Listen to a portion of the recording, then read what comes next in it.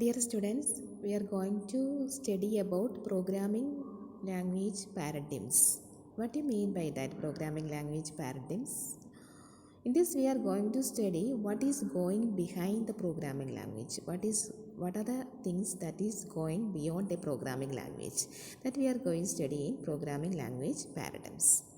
So the first module 1 consists of name, scopes and bindings. So it consists of name, scopes and bindings. It contains names and scopes, binding time, scope rules, storage management, binding of referencing environment. This all comes in name, scopes and bindings, and we study control flow in that. In that we study expression evaluation, structured and unstructured flow, sequencing, selection, iteration, recursion, non-determinacy. This is the overall view of module 1. So in this first topic is name, scopes and bindings. What is a name? Name is a string of characters used to identify some entity.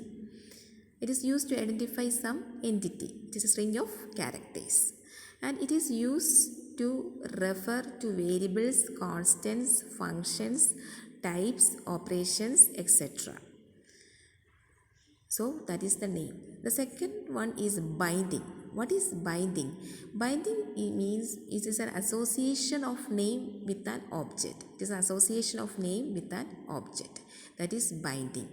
And next term we term about scope. What is scope? The part of the program in which binding is active. So there are three terms: naming, bind and scope. Name is string of characters and it is used to identify some entity. And binding means it is association of name with an object. Then scope is the part of the program in which binding is active. So what do you mean by variables? So variable is an imperative language or an object-oriented language. Variable in an imperative language or object-oriented language is a six-tuple.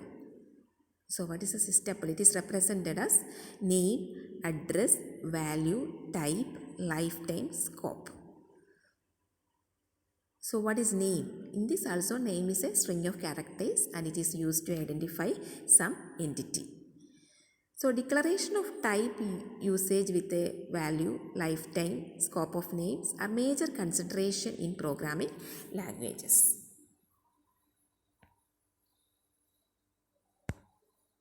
So these are the main terms: variables, name, type, scope, address, value, binding and lifetime. For example, if you write index, first is what will be the name of the variable and type of x. What will be the name of the variable? Name of the variable in this is x. What is the type of x? It is integer. So the place of this declaration in the program decides where and how long x is available. Okay, the place of this declaration in the program decides where and how long x is available. Its address is determined when its program unit is executing.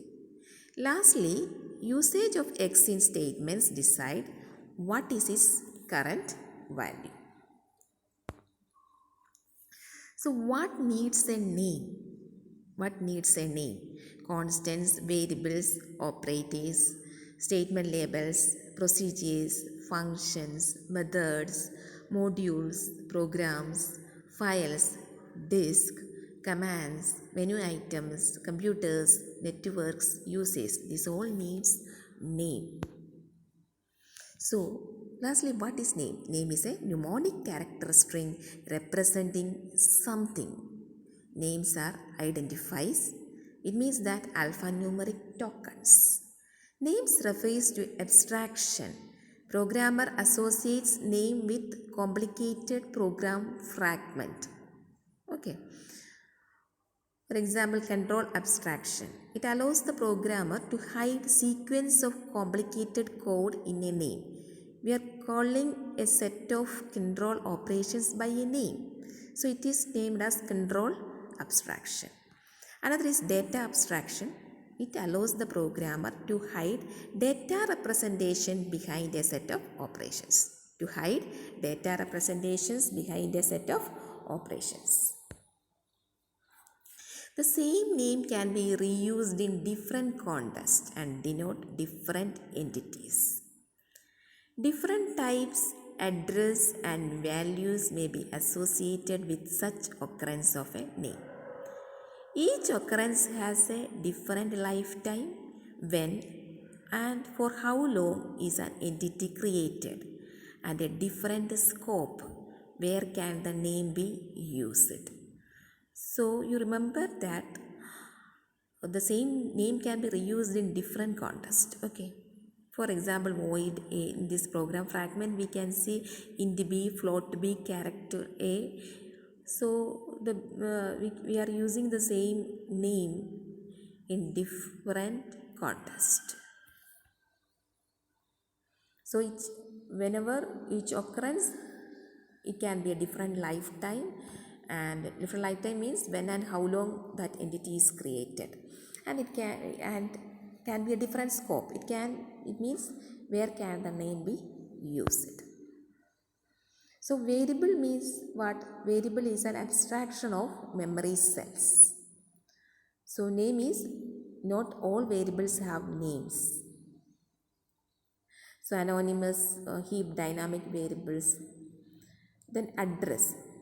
Address means the memory address with which it is associated. A variable name may have different addresses at different places and different times during execution. The address of a variable is sometimes called its L value, because that is what is required when a variable appears in the left side of an assignment statement. Then what is type? Type determines the range of values of variables and the set of operations that are defined for values of that type. So type means it is the range of values of variables and the set of operations. For example, the int type in Java specifies a value range of -2147483648 to 2147483647. So this is a value range. Then and arithmetic operations are there, that is plus, minus, star, division, remainder, all. So type determines the range of values of variables and set of operations. And this is value. Value of a variable is the contents of the memory cells or the cells associated with the variable. A variable's value is sometimes called its R value, because that is what is required when a variable appears in the right side of an assignment statement. So this is all about names. Next class we study about binding.